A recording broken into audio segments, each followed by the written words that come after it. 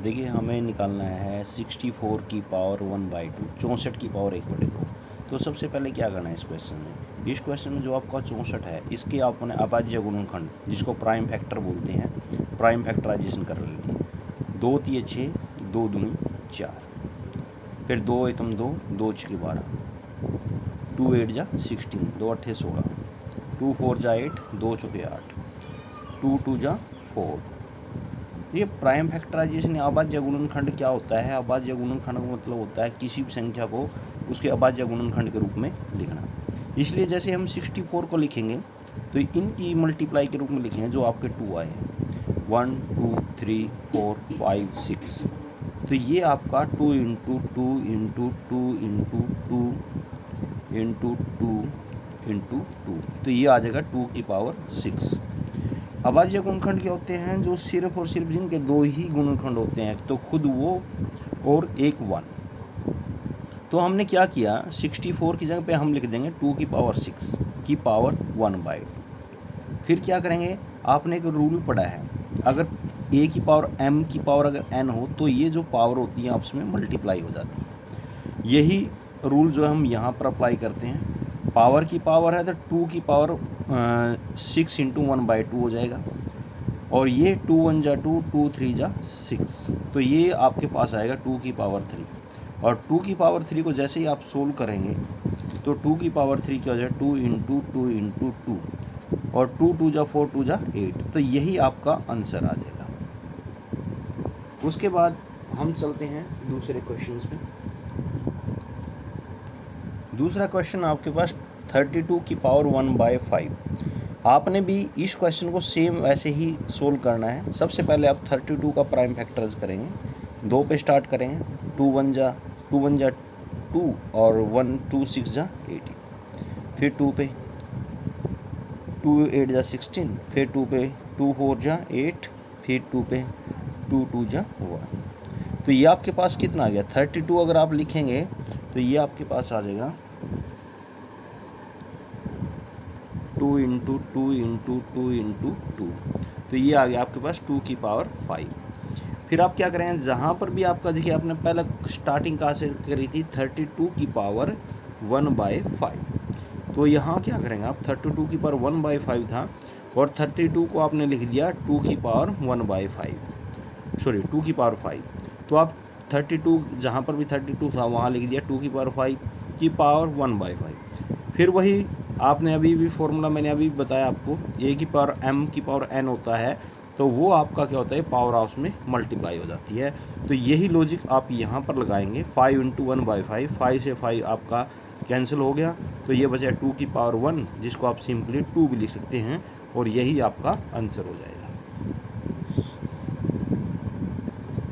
ये एक्सरसाइज 1.5 का first question का थर्ड पार्ट कर रहे हैं। सेम वही प्रोसीजर जो अभी तक सब में किया है आपने, तो वो आप देखिए 2 पे ये डिवाइड नहीं होगा, क्योंकि 2 पे डिवाइड होने की पहचान ही होती है जिसका ये जो आपका यूनिट डिजिट यानी इकाई का अंक 0 2 4 6 8 होगा, वही 2 से डिवाइड होगा।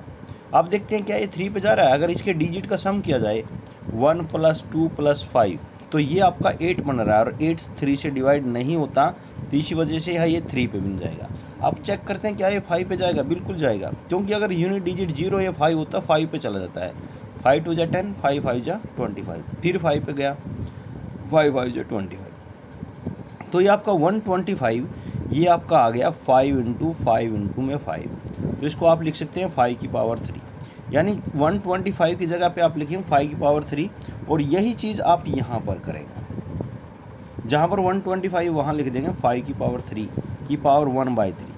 फिर से वही पावर की पावर होती है तो पावर आपस में मल्टीप्लाई हो जाती है, तो ये कैंसिल हो गया, 5 की पावर 1, यानी आपका आंसर आ गया ये वाला।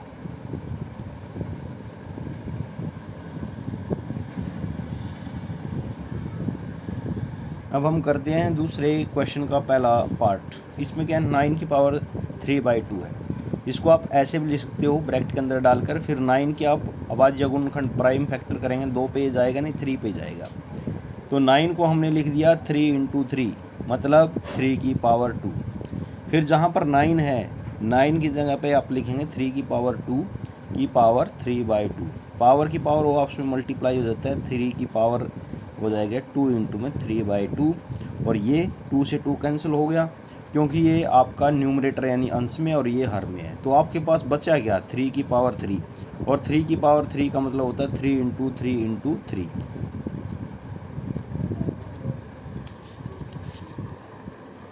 3 इंटू 3 इंटू 3 यानी ये आ जाएगा 27 और ये आ गया आपका आंसर इस क्वेश्चन। यहाँ पर 32 की पावर 2/5 का आप सोल्व करते हैं। 32 का प्राइम फैक्टराइजेशन अभी हमने किया था 2 की पावर 5। देखिए ये 2 की पावर 5 है यानी 2 की पावर 5 और ये है 2/5। तो इसमें कंफ्यूज नहीं होना, कई बार बच्चे कंफ्यूज हो जाते हैं, इसलिए हम 32 की पावर 2/5 है ना, तो 32 को ब्रैकेट में लिखा हमने और जहाँ 32 है वहाँ पर 2 की पावर 5 की पावर 2/5। फिर आप पावर की पावर आपसे मल्टीप्लाई करेंगे 5 इंटू में 2/5। 5 से 5 कैंसिल होने के बाद आपके पास क्या बचेगा 2 की पावर 2 यानी आपके पास आ गया आंसर 4। यही आपका आंसर है।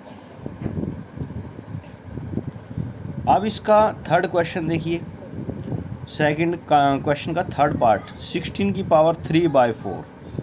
16 को जैसे ही आप प्राइम फैक्टराइजेशन करेंगे इसकी 2 8 16, 2 4 जा 8, 2 चौके 8, 2 दूनी 4 और ये 2 को 2 से डिवाइड करेंगे 1 बचेगा। इधर वाले जो आएंगे ये आपकी 2 की पावर 4 के रूप में लिखे जाएंगे। फिर आप क्या करें, जहाँ 16 है वहाँ 2 की पावर 4 लिख के पावर 3/4।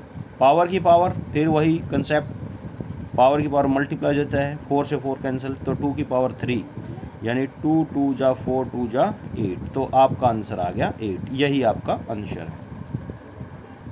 सेकंड क्वेश्चन के फोर्थ पार्ट में आप क्या करेंगे, ये आपको दे रखा है 125 रेज टू पावर -1/3। तो जैसे ही आप इसका सॉल्यूशन करेंगे तो इसमें क्या करेंगे 125 को ब्रैकेट में लेंगे और पावर कर देंगे -1/3। फिर जैसे ही आप 125 के अभाज्य गुणनखंड करेंगे, हालांकि हम इस चीज़ को पहले कर चुके हैं, फिर भी जितनी बार आप इस क्वेश्चन को रिपीट करेंगे, प्रैक्टिस करेंगे, उतना ही ज़्यादा आपका जो है अभ्यास अच्छा होता जाएगा, क्योंकि practice makes a man perfect. तो 125 की जगह पे जैसे 125 की पावर -1/3 थी 125 की पावर, तो उसकी इन प्लेस ऑफ एक 125 आप लिख सकते हैं 5 की पावर 3 की पावर -1/3। फिर से वही पावर की पावर मल्टीप्लाई करो -1/3, 3 से 3 कैंसिल तो 5 की पावर -1 और ये पावर माइनस की है, तो जैसे ही आप नीचे लेके आएंगे इसको ये प्लस हो जाएगा और यही आपका आंसर हो जाएगा।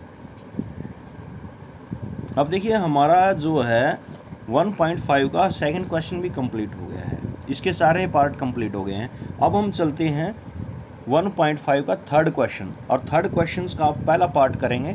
इसमें आपको दे रखा है 2 की पावर 2/3 इंटू 2 की पावर 1/5 और इस इंटू का मतलब होता है कि 2 की पावर 2/3 मल्टीप्लाई हो रही है 2 की पावर 1/5 से। अब हम एक फॉर्मूला यूज़ करते हैं यहाँ पर, a की पावर n इंटू अगर a की पावर n होता है तो ये पावर m प्लस n हो जाता है। अगर बेस सेम हो, इसको बेस बोलते हैं जिसकी ये पावर है, और ये पावर दोनों अलग अलग है, डिफरेंट है। तो अगर बेस सेम होता है तो फिर ये पावर आपस में जुड़ जाती हैं। तो यही लॉजिक हम यहाँ पर लगाते हैं।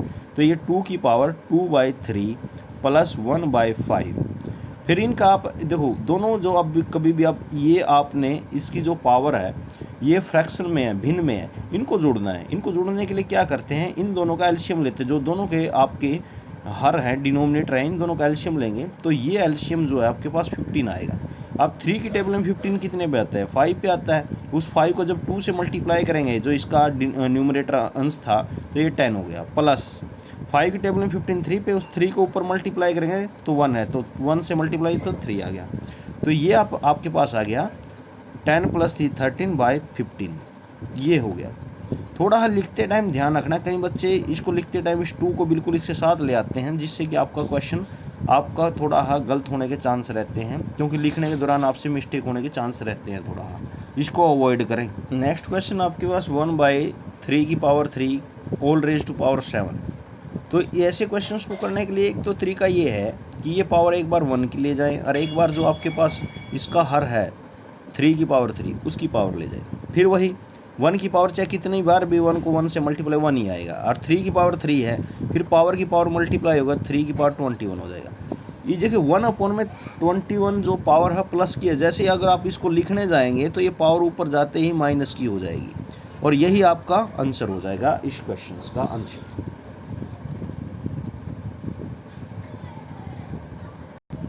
देखिए हमारे पास आगे क्वेश्चन है, थर्ड क्वेश्चन का थर्ड पार्ट, और इस थर्ड पार्ट में क्या दे रखा है, 11 की पावर 1/2 डिवाइड बाई 11 की पावर 1/4। हमारे पास यहाँ पर ये भी बेस 11 है और ये भी बेस 11 है। हमारे पास एक फॉर्मूला होता है a की पावर m अपॉन में a की पावर n, बेस सेम है, तो ये हमारे पास क्या आएगा, जो नीचे वाली पावर है अगर ऊपर ले जाएं तो माइनस की होगी, फिर वही बेस सेम है, पावर आपस में जुड़ेंगी। जब m प्लस माइनस n करेंगे तो ये प्लस माइनस माइनस हो जाएगा और आपके पास आएगा a की पावर m माइनस n। तो ये फॉर्मूला मैंने आपको सोल्व करके बताया। आप इस फॉर्मूले को इस क्वेश्चन पे अगर आप डायरेक्ट अप्लाई करते हैं तो 1/2 m हमारे पास क्या है 1/2 है और n कितना 1/4। फिर उसके बाद वही जब किसी फ्रैक्शन को आप सोल्व करते हैं, अगर उनका सब्ट्रैक्शन है या उनका एडिशन है तो उनका एलसीएम लेते हैं। एलसीएम 2 और 4 का एलसीएम लेके देखो, आप ऐसे लेते हैं एलसीएम 2 1 जा 2 2 2 जा 4, फिर आप इनकी मल्टीप्लाई कर देंगे तो ये आपका 4 आ जाएगा। एलसीएम 4 आया, 2 की टेबल में 4 2 पे, उस 2 को 1 से ऊपर वाले जो इसका अंश आया न्यूमरेटर उससे मल्टीप्लाई करें 2, या 4 की टेबल में 4 1 पे, उस 1 से ऊपर मल्टीप्लाई करेंगे ये, तो 11 की पावर 1/4 और यही आपका आंसर है। इस एक्सरसाइज का हमारा नेक्स्ट और लास्ट क्वेश्चन वो आपको ये दे रखा है कि 7 की पावर 1/2 इंटू 8 की पावर 1/2।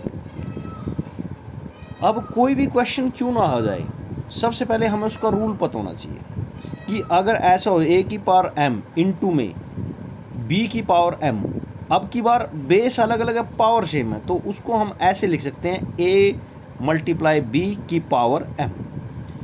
तो यही लॉजिक हम यहाँ लगाते हैं, a आपका 7 है, b आपका 8 है, तो 7 इंटू 8 और m कितना आपका 1/2, तो ये आपके पास कितना आएगा 56 की पावर 1/2 और यही आपका आंसर आएगा। 1/2 को आप उसका जो स्क्वायर रूट भी लिख सकते हैं, वर्गमूल भी लिख सकते हैं, क्योंकि पावर 1/2 का मतलब ही यही होता है कि उसका वर्ग